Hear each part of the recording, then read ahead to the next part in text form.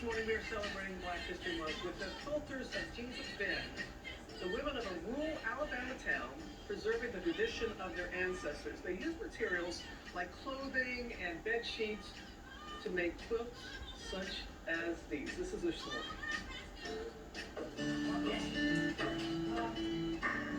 Behind these colorful quilts, a patchwork of deep history, culture, and tradition. My mother taught us how to make quilts because we had to keep warm. It wasn't just quilting for pleasure. It was a necessity. It was survival. This tightly woven rural community located on the Alabama River is called Boykin, or better known as G's Bend. Many of the residents can trace their lineage back to slavery and the Petway Plantation. Petway, a name still shared by many in the area. The majority of the Petways, their name was given to them. It was a slave name. Everybody had to go by the same name at that time. The treasured tradition of quilting, passed on generation after generation. My mom and I used to quilt it together. I get one end and she get the other end, and we sewed on that quilt until we finished. Quilting was just a thing that we did in this area.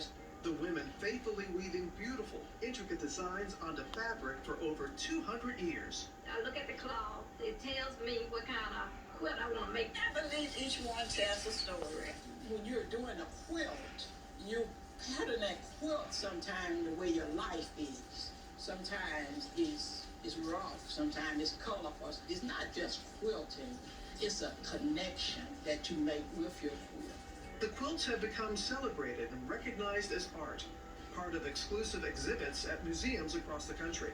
It's important to the community to just know that we're making art because we didn't think it was art. For decades, tourists and quilt enthusiasts have been flocking to this remote peninsula to purchase a piece of history. But with the pandemic settling into Alabama, all travel and tourism came to a halt, closing local shops and stopping sales. It slowed down a lot because we stayed closed a long times. Stepping in to help, nonprofit organizations, Nest and Souls Grown Deep, partnering with Etsy, providing a marketplace for the women to sell their quilts online for the very first time.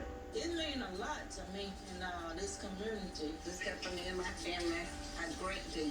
This is unbelievable. I never thought in a million years this could happen to me.